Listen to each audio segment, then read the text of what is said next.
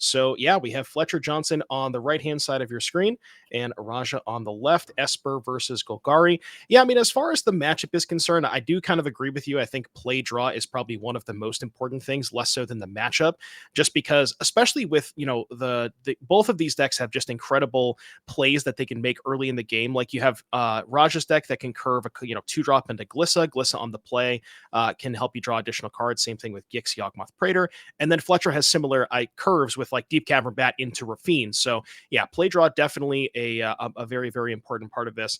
And Fletcher, being the 2 seed versus Raja being the 3 seed, is going to be on the play, but is taking a mulligan to 6 here.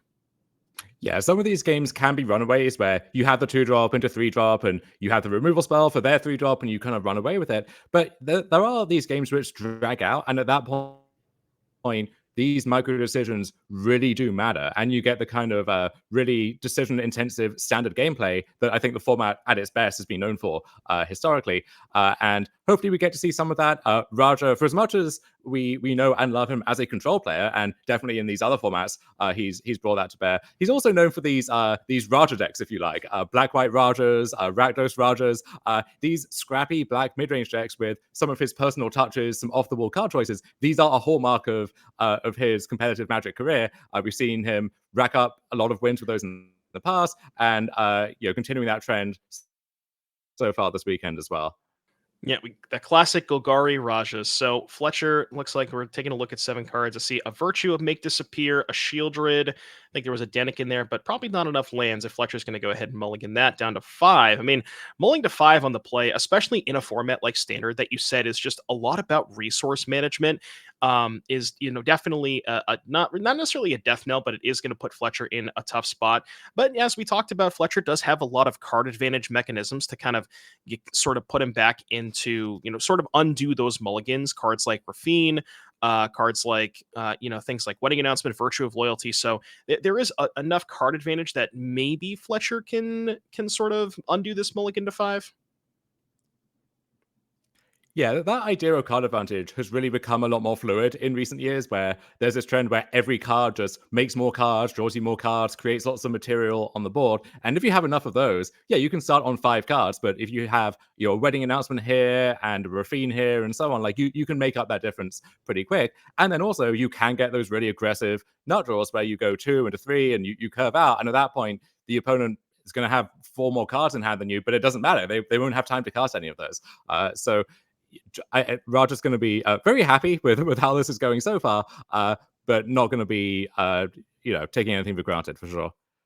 Yeah, and it looks like Fletcher's mulligan to 5 does have that start that we talked about, Deep Cavern Bat into Rafine. And I mean, as far as 5-card hands are concerned, I imagine that's probably as good as it gets.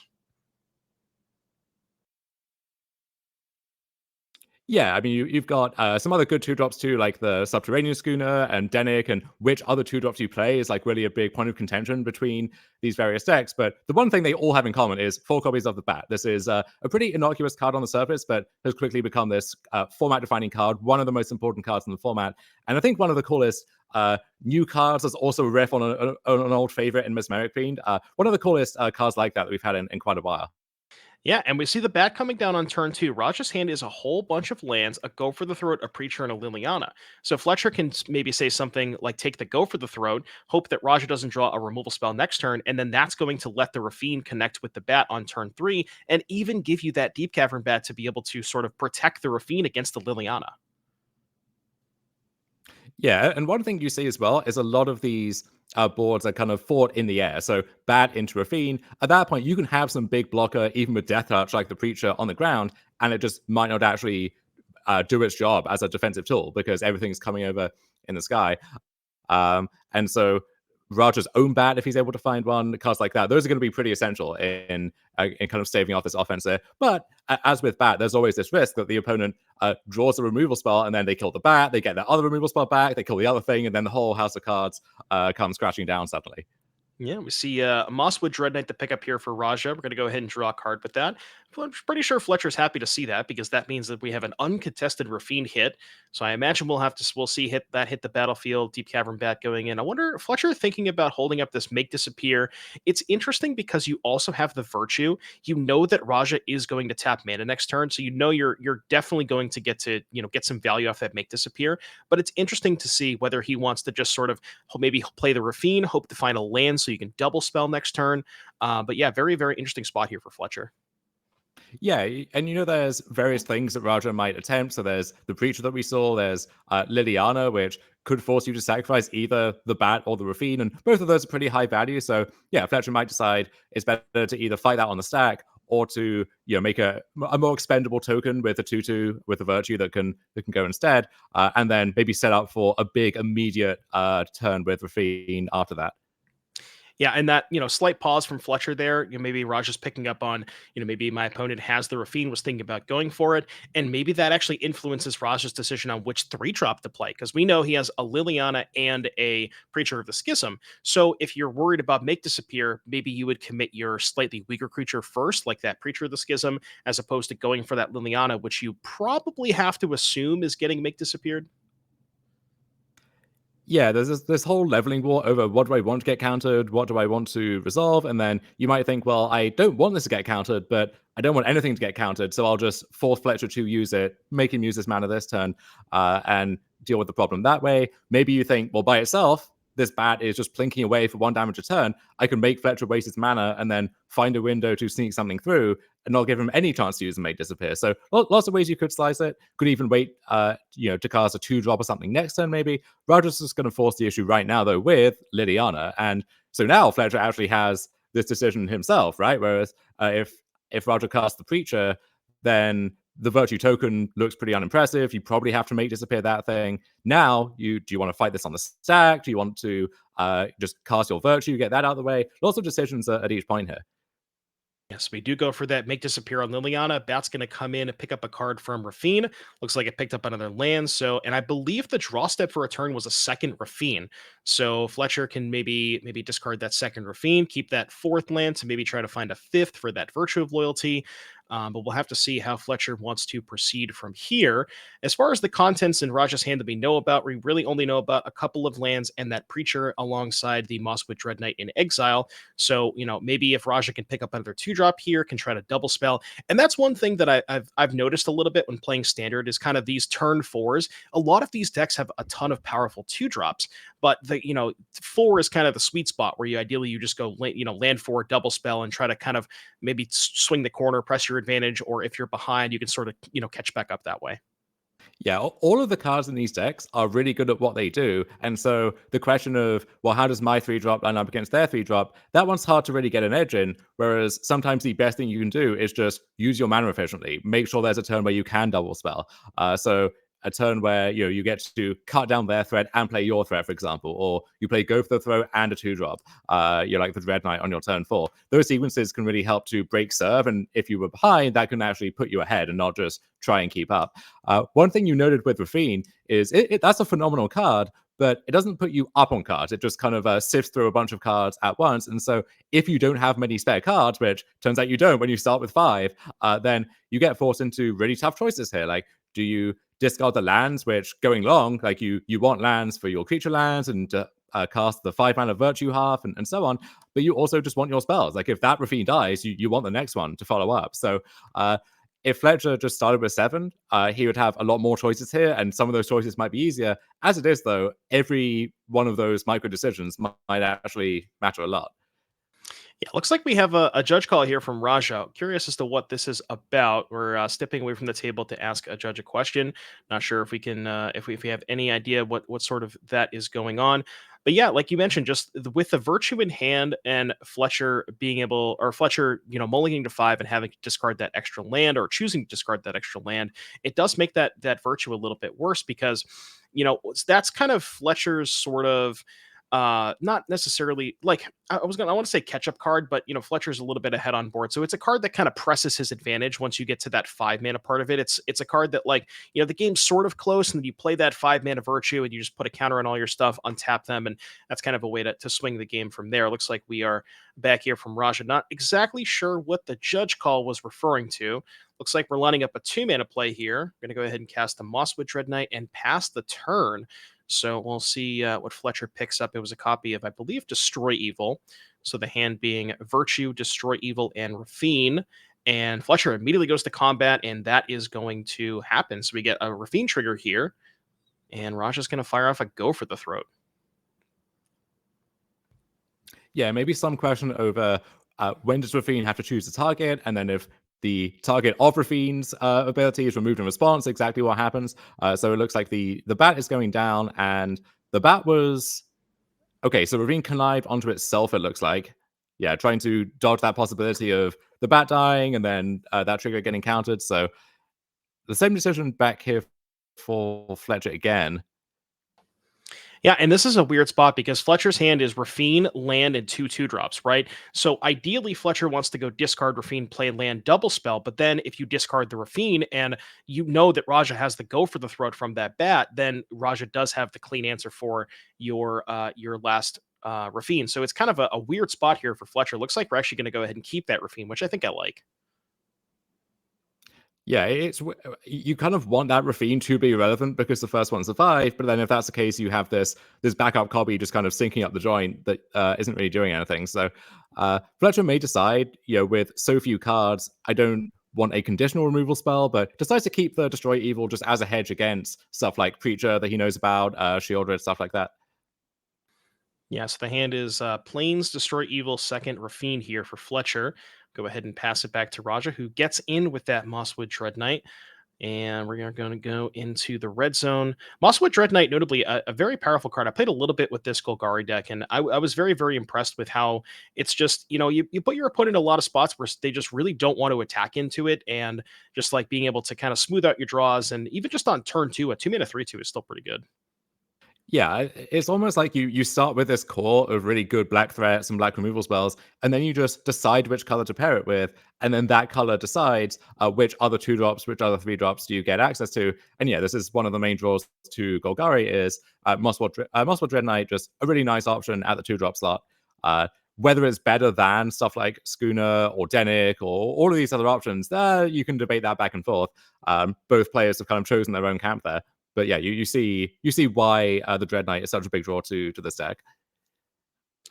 Yeah. Now, as far as as far as Raj's kind of sort of big plays, we always kind of talk about those sort of mid-range threats, like on turn 4, turn 5. Raj's, we have 3 copies of Shieldred, a Sorin, the Mirthless, a Nissa, Ascendant Animist, and then a couple of Lilianas at 3, along with 4 Sentinel, the Nameless City, and then the Preacher that we know about in hand. So, Raja's got access to some plays here with, quote unquote, shields being down. Only 1 mana available for Fletcher, cannot have Make Disappear. So, we're going to load up 3 mana. It's going to be for that Preacher that we know about. Or maybe not. We're thinking. Just kidding. Pump fake from Raja. That's the classic Raja move. Okay, so 2 other 3 drops instead, Glitter Sunslayer and Sentinel of the Nameless City. Both of these pretty big draws to Golgari as well. Glitter, basically impossible to block or to attack into, which is why, not yet another reason why players try to take to the skies instead. And then Sentinel of the Nameless City has been putting in good work in Standard and also in Pioneer, actually, just as this really solid 3-drop option, which, attacks well, blocks well, does both at once, gives you some extra value with the map tokens going long. Again, like Sentinel versus Rafine, like that's not a clear contest, but yeah, you sign up for Golgari, you get this really nice suite of good green creatures. Yeah, and I mean, excuse me, at this current stage of the game, I mean, Fletcher is just so far behind on board, behind on cards, just because of that mulligan to 5, behind on mana sources. And, looking at Fletcher's deck list, it's really good at kind of it's really good at playing the tempo game of where you're kind of playing a threat, maybe protecting it, answering your opponent's stuff. But when you're behind multiple threats on board, there's not a ton of good catch up mechanisms, at least in a game one situation. We could talk about the sideboard when we get there. But a lot of these creatures are not the best at blocking. You have, Rafine, which is a 1/4. I guess Shieldred's good at blocking. Denick is fine and all, but not great cards on this particular board. Yeah, stuff like the wedding announcement. If Fletcher had that turn 3 on the play, like that could run away with the game. As we've seen that card do so many times. In this spot, though, when you're so far behind, and when there's a Glister threatening to just blow it up as soon as it connects, that card looks pretty underwhelming. Same thing with this Virtue, right? There's a version of this game where Fletcher just moves all in on that Virtue early. Instead, now it's one half isn't going to help on this board, and then the other half is going to be pretty vulnerable itself. So not all of these cards kind of showing their weakness when you're this far behind. But that's the nature of just modern Magic these days, and I guess Standard in particular, right? Like those catch-up mechanisms are few and far between. Yeah, I'm trying to think of a situation where if Raja has Stone Cold nothing, you could say end step, because I believe the last card might be another Virtue in hand for Fletcher. I couldn't quite get a good look. But if that is the case, you can end step. Okay, well, that kind of turns everything off then. Anyway. Yeah, I was going to say end step Virtue, untap, attack with both, pump the Rafine, draw a couple cards, maybe find a couple of spells. But now that Shieldred is putting so much pressure on Fletcher, not just because it's a 4/5, but Shieldred notably lines up pretty well against Rafine, where if you attack with multiple things to pump up your Rafine, you have to take, a 4 damage here, and that's just going to be game number 1 here for Raja Sulaiman.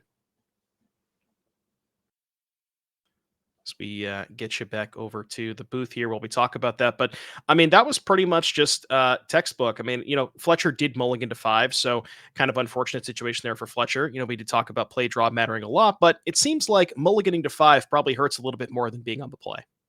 Yeah, but there were some key choices in that early turn.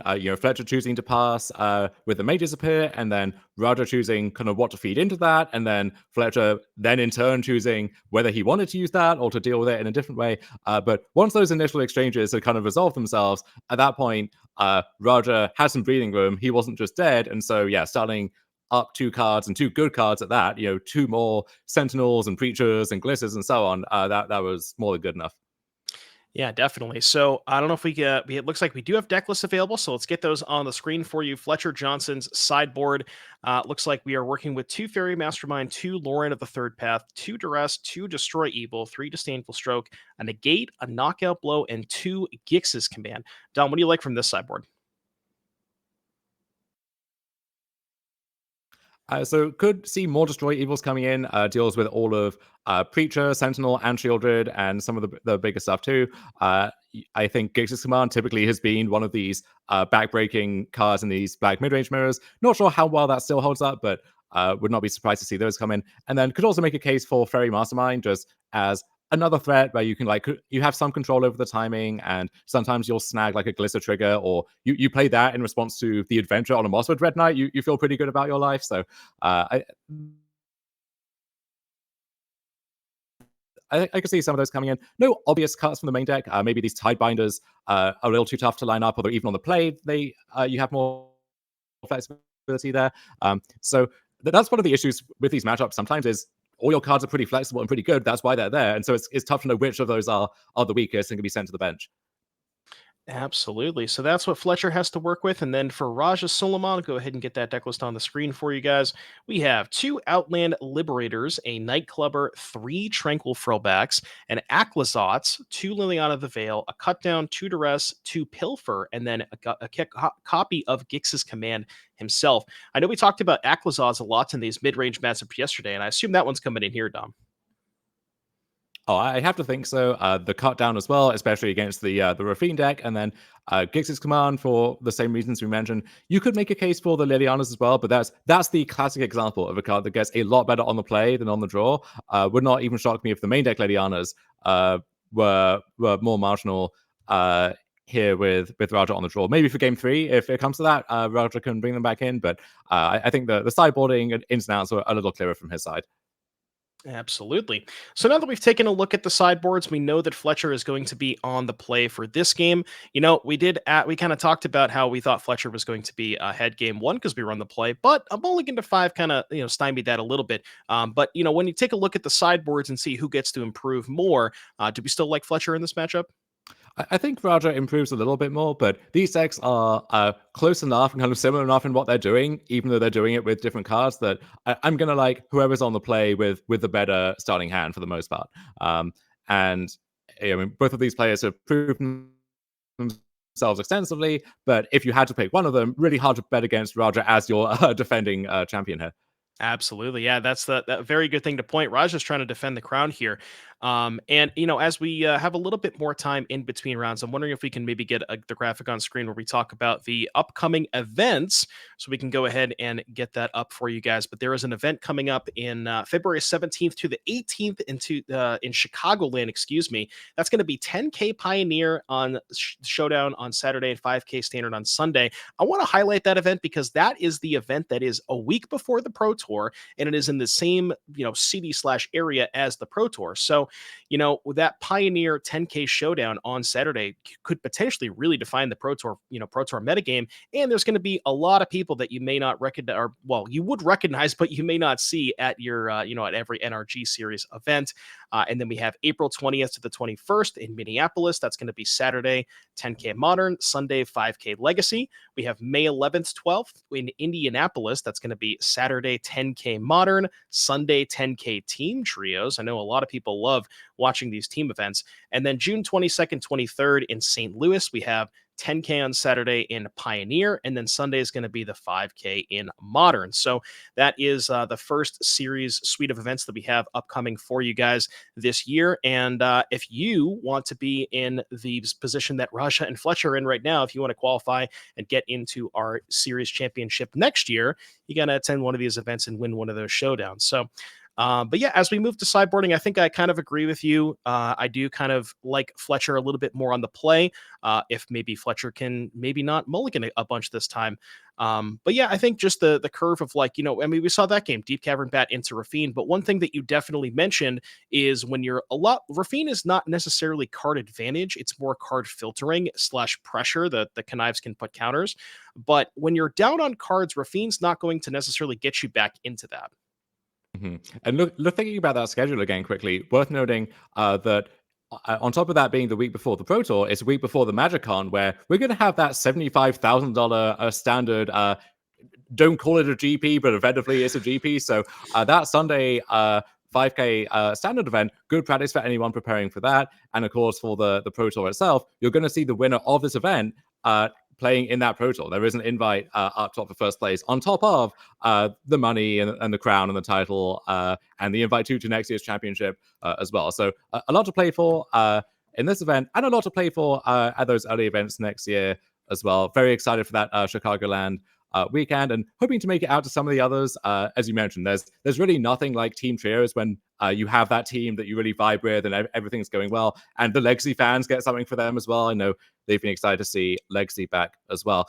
Here, though, in our game two, Fletcher on the play again with turn two Deep Cavern Bat, sees a bat of Raja's own in his hand, along with the Sentinel Nightclubber, that looks like, I think is that other black card, which pretty nice against your opponent's Deep Cavern Bats.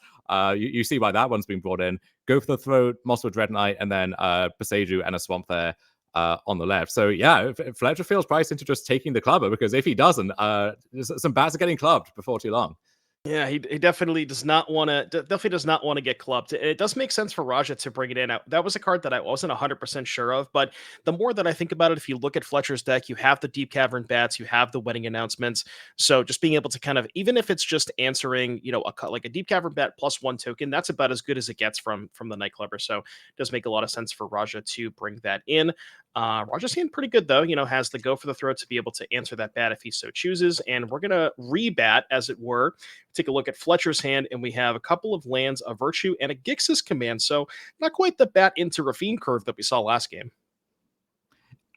And even if Fletcher did have that, the bat could take the Rafine and break that curve up, which is why the bat is so pivotal in these black mid-range mirrors, is that even if you have that ideal curve, you might not have that by the time your turn three rolls around again. So And if you have to take a turn off to kill the bat, then you've used a removal spell there, and you're kind of breaking up your own development. So even when the bat dies, it kind of does its job, and when the bat lives, it's one of the best starts you could hope for. Yeah, and just based on looking at the hands, we have perfect information because both players have cast one of those bats, and I kind of like Raj's position here. I mean, Fletcher has some good 3 drops to draw towards, like we said, Wedding Announcement, Rafine, Lord Skitter wouldn't be too bad. But yeah, I think I gotta like Raj's leftovers here. Picks up, is that a knockout blow? Yeah, looks like one of those white sideboard cards. We'll get some confirmation on that in a second here. Interesting choice if that is a knockout blow. Maybe the theory is that it kills. Yeah, I guess it does kill Glissa, which is probably, it is a very important card to kill from Fletcher. So it makes a little bit of sense to bring it in. It just seemed like it maybe didn't have quite enough targets, but it looks like Fletcher has decided that that one is good enough to bring in. We see a land number 3 and a Sentinel, and that is going to create a map token for Raja, get an end step Virtue. And I mean, Fletcher's main game plan is just getting to 5 mana and slamming that second half of the Virtue. But as we talked about, Raja has surprisingly a decent number of ways to kind of check that in, the 2 copies of Glissas. And like if Raja is able to do that and get one of those Glissas in play, and then after board we have 2 Outland Liberators and up to 3 Tranquil Frillbacks if those came in as well. You see Raja with a furrowed brow as the 2/2 bravely soldiers into the Sentinel of the Nameless City. Now Raja's thinking, okay, what does this mean? Is there like the obligatory 1 copy of Iganjo that often shows up in these Esper decks? Testing his memory of the deck list. Was there some sideboard card that like us? We didn't really register the knockout blow as an option, but maybe Raja is trying to like dredge that one up from his memory here. So rather thinking, what does this mean? What could this possibly mean? This is pretty good, especially when you have open deck list. Raja's. I don't know. Maybe Raja being the boomer that he is, maybe his memory isn't quite as good as Fletcher's. But assuming that we can remember that 1 copy of Knockout Blow, if looking at Fletcher's deck list, nothing else really makes sense. I mean, there's no mana for Wandering It, but there's no Emperors in Fletcher's deck anyways. But yeah, I mean, nothing else would really make sense here. Either that or the Iganjo. So Raja's just, this is a pretty funny interaction.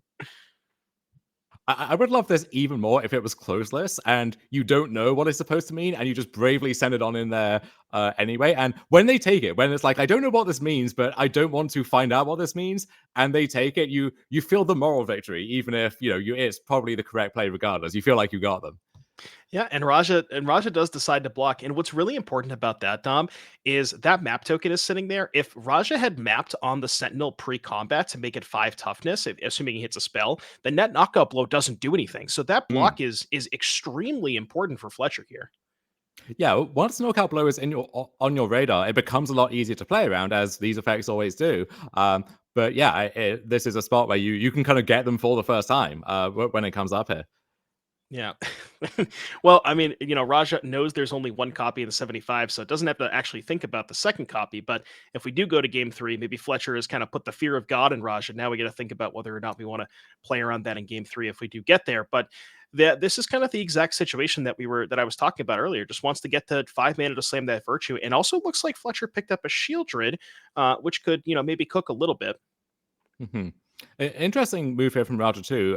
So 2 spare mana, which could just cast, the other half of the Mosswood Dread Knight and so on. Like use that mana efficiently, but we're passing with mana open, and so now you think, well, what does that mean, right? Like, is there some removal spell lying in wait for combat? Are we holding up something in case there's some like follow-up play? So lots of the kind of same back and forth going on here, and Roger may think honestly, like even if Fletcher has the knockout blow, maybe I want to block still just to make him use that card, make him use all his mana, right? Like, because this isn't a red creature, you don't get the discount, you're spending the full 3 on that. So if you're spending your turn on that card and I'm soaking up some damage, maybe that's an okay trade regardless. I'll make you do that. So yeah, Fletcher goes for the 5 mana half of Virtue. Roger used that open mana on that Boseiju. Yeah, so no end of turn trigger there. Now Roger gets to untap and still doesn't have much on board, but also doesn't have much to contend with from the other side either. Right, and I can't remember going from turn 2. I think there might have been a go for the throat in Raj's hand, so it's actually kinda perfect if Fletcher knew about the go for the throat, he's like, because Fletcher drew a shield with that turn, right? And, you see the go for the throat is face up, so you're like, "Okay, now I know my opponent has go for the throat. I don't wanna go for a big creature here," so it's kinda perfect to go for that enchantment, and we talked about some of the answers that Raja has to answer enchantments. A lot of them are face up and or sorcery speed. Outland Liberator, Tranquil Frillback, but luckily for Raja, I did have that one copy of Besiju.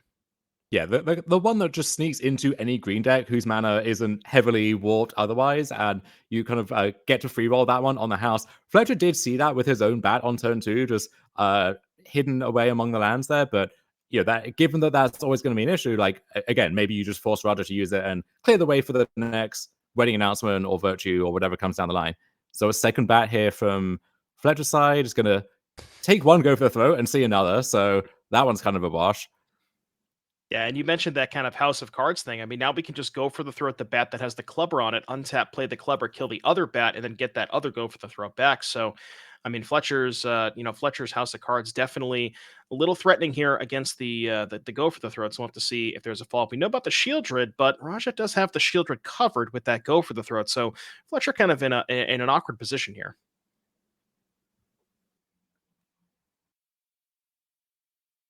Looks like we're going to go for the Skitter instead of the Shieldred. Maybe trying to bait that go for the throat first. And Raja as of right now, not gonna not up mana up for go for the throat. So we'll have to see. Skitter is going to go ahead and exile that Sentinel, and we'll make a token.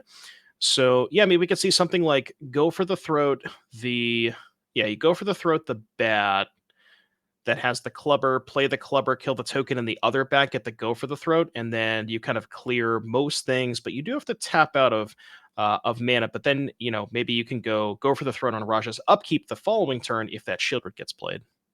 Hmm. Yeah, as the board gets filled with these rat tokens, even more enticing to set up that nightclubber line, which right now Raja would have to use his go for the throat on that, but if he just draws any other removal spell, then he just gets to have it all. Yeah, well, and then you also get the go for the throat back from the other bat, right? So you go, ooh, drew cut down, which is even better because then you could save the second go for the throat. Right. Yeah. So then you go cut down that bat, and then you can go play the clubber here to exit to get clean up the 1/1s, get the other go for the throat back, and yeah, Rogers in a pretty good spot here.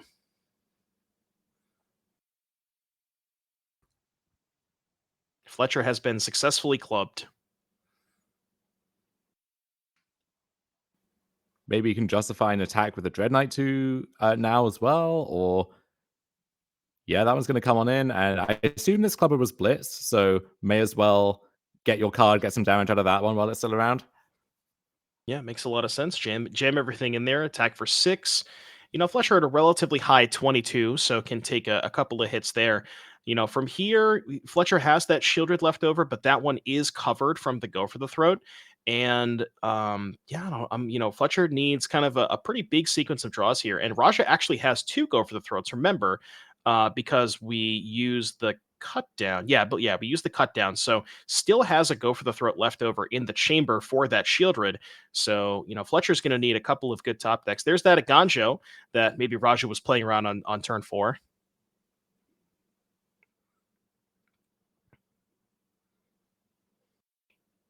Yeah, and Fletcher knows this Shielded is not long for this world, but again, like, what else are you going to do, right? You kind of have to, I think, accept the trade and then just hope that you draw another Shieldred or some other big hitter that can try and stabilize. Yeah, maybe trying to save it to see if we can draw a bat first. But, Fletcher's already got, I think Fletcher's gone through 2 bats this game. So maybe there are less copies of bat than there are, powerful 4 drops to try and find. And Or like you maybe said, you just want to use your mana. Maybe we get to actually ambush something with this Iganjo that's there for real Ooh. this time. And if that kills the bat, you get a card back. If that kills the Restless College, if that one's getting frisky, then yeah, we've got some options. But we'll see if Raja can sniff this out. Yeah, I mean, you can, if Raja does attack with the bat, you can Agancho the bat to get back the Gix's command. And then the Gix's command, looking at just, if we can get that up on the screen, because that one has a lot of modes and maybe a lot of people have not seen this card. The modes. So I would imagine you can return 2 creatures from your graveyard to your hand, and then the other modes are each opponent sacrifices a creature with the highest power among creatures they control. 2 counters on a creature it gains lifelink, and destroy each creature with power 2 or less. And yeah, it looks like that is going to materialize. We're going to Eganja that bat, and that Gix's command can rebuy 2 creatures. That is potentially a way for Fletcher to start to claw back into this game.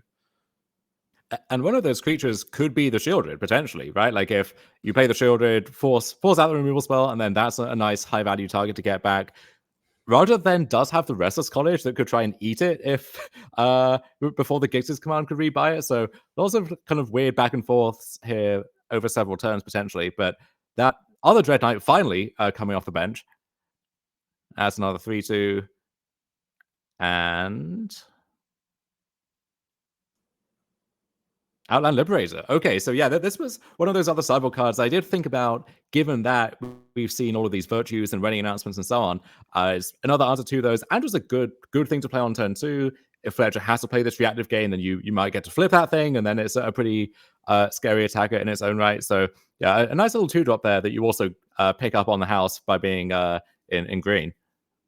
Yeah, and it kind of puts a little bit of pressure on Fletcher. If there's no answer for it, that thing flipped is really, really good because you don't even have to sacrifice it to start getting at those wedding announcements and virtues. So, if Fletcher decides, maybe wants to hold up some make a turn where he goes holds up, make disappear plus virtue, and that thing, the Outland Liberator flips, it can put him in an awkward position. So, yeah, so we have the Gix's command. I guess you can go destroy the Liberator and then rebuy 2 creatures. That doesn't sound that great. The graveyard's not super well stocked here for Fletcher in terms of just creatures to get back. You can get back a couple of bats, but it's not clear the bats are super relevant here.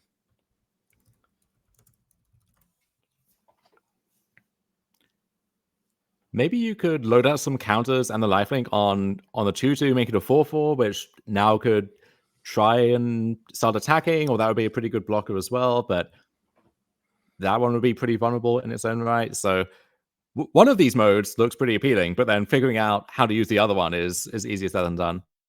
Yeah, I think if Fletcher had infinite time, right, you would maybe say play the Shieldred this turn, trade that for the Go for the Throat, and then ideally the Gix's command would get back the Shieldred and kind of progress the game from there. But with Fletcher at 13 and Raja, okay, we're trading the Mosswood Dread Knight. I was going to say Raja having 8 power, but now we have 5. There's still that Restless Cottage though. That still does make it a 2-turn clock.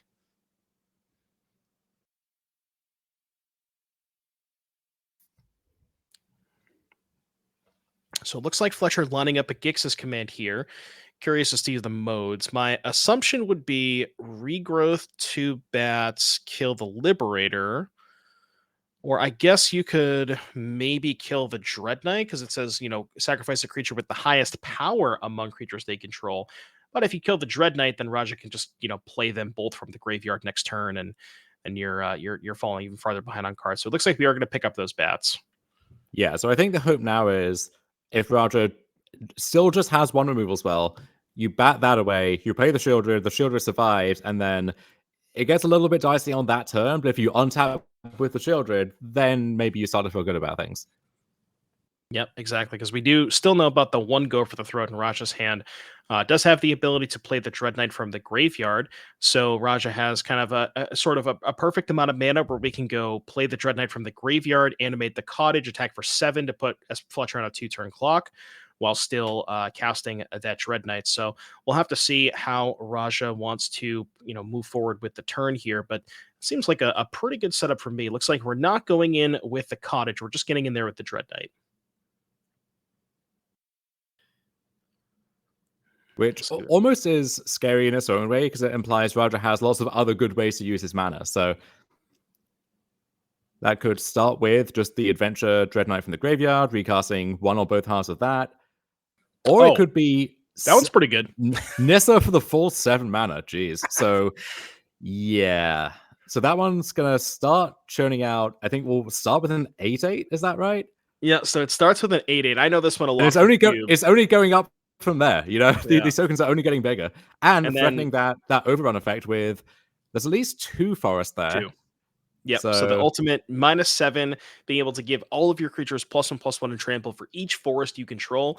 So as of right now, you could even say animate the cottage, pump the ultimate the Nissa, and that would be an attack for, my math is a little off, but it looks like approximately 1,000,000. We might even have probably have lethal through the shield red because I don't think we have life totals updated after that 3-point attack. So I think Fletcher should be at 10. yeah, if Raja just fires at the cottage, uses the overrun on Nissa, and then let's see, that's 8, 11, 15, 17, 19, 21. Like, yeah, that's clean lethal through both blockers. Yeah, so maybe all right, we're just gonna maybe, well, I mean, see, to be fair, the Nissa is in that Phyrexian language, so maybe Raja doesn't know what the ultimate does.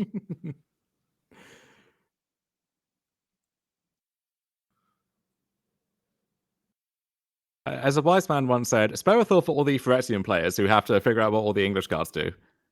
We're just throwing them a bone here. All right, there's the cottage, there's the ultimate, and that is going to do it. Raja Sulaiman taking down Fletcher Johnson 2-0, which is kind of surprising. We talked about this in the intro, and Fletcher was on the play. Now, game one situation did go ahead and mulligan to 5, but Raja winning both of those games on the draw against the Deep Cavern Bat Rafine deck seems pretty impressive, Dom. Yeah, as it turns out, Fletcher just didn't really have a good follow up to the bat, and so we reached this stalemate where he didn't have much going on, and Roger had a lot of different things going on and was able to capitalize on all of those. And this is the draw to a deck like Golgari is once the game drags on to that point, pound for pound, your cards are a little bit better on average. They don't kind of feed into each other the way that some of the aspects cards do. And yeah, you have enough time to just play a 7-mana Nissa Ascended Animus. Like cards like that will just overwhelm anything that moves. So we're going to join our backup match. Which players and which format we have going on over there. Looks like we have Ryan All right, Hayes, so Domain, Matt Hoey on Esper midrange, some more standard action. And this is game number 3. Game number 3, Ryan at 13, Hoey at 27. And let's see where we are in the game. Couple of beanstalks, looks like a large deep cavern bat and a Rafine. And make disappear, taking care of a Chrome Host Seed Shark. So what do we think? Oh, well, there you go. The match's already over. I was gonna ask you what you thought. We came with the pivotal moment. You Urtai countering the sweeper that Ryan needed to stay alive. So yeah, the Esper deck got the pressure on early, had the interaction at the crucial time. That's a recipe, and we actually saw that come to fruition. If only briefly over there on the back table. So big victory there for Matthew Hoey, who he was off for a rough start. Yeah. One of the features of this format is you can start kind of in the hole at 0-2, and your tournament isn't over. You're as much in the hunt as anyone else. And so, yeah, he and his opponent still very much in the hunt here. So I think that's going to do it for the magic that we have for this round. So we'll throw you to a quick break, and then we'll come back with our next round and more magic across various formats with various players here in just a second. Don't go anywhere.